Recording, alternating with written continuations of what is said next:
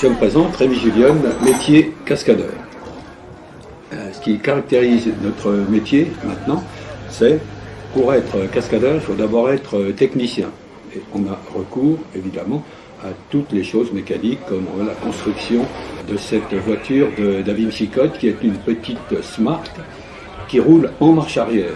Et le problème, pour qu'elle roule en marche arrière, il faut inverser le sens de la carrosserie. Oui.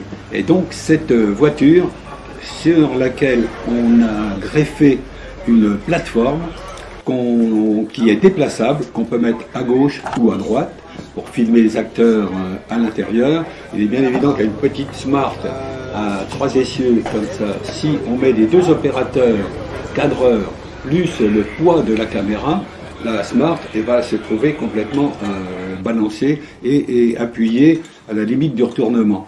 Alors pour ça, il a fallu faire alors techniquement, c'est un énorme boulot aussi, c'est-à-dire y adjoindre des suspensions additionnelles par rapport aux suspensions d'origine. Là, c'est encore l'œuvre de Dominique Jullion qui a mis cette chose au point, et après de multiples essais, on est arrivé à un bon compromis qui faisait qu'on avait et sécurité et en même temps la possibilité de faire des images tout à fait exceptionnelles et assez insolites comme on a peu l'habitude de faire.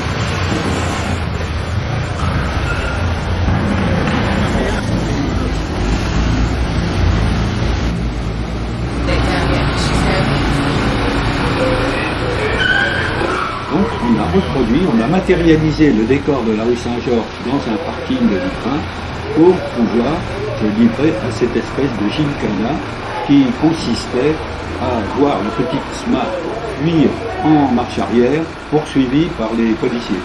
Si on a l'obligation évidemment d'obtenir un bon film avec des belles images, ça nécessite une cohésion parfaite entre la technique et la chose de risque. Et là, c'est véritablement une chose à risque qui oblige à vraiment explorer toutes les ressources de la technique. Et c'était ça le vrai problème.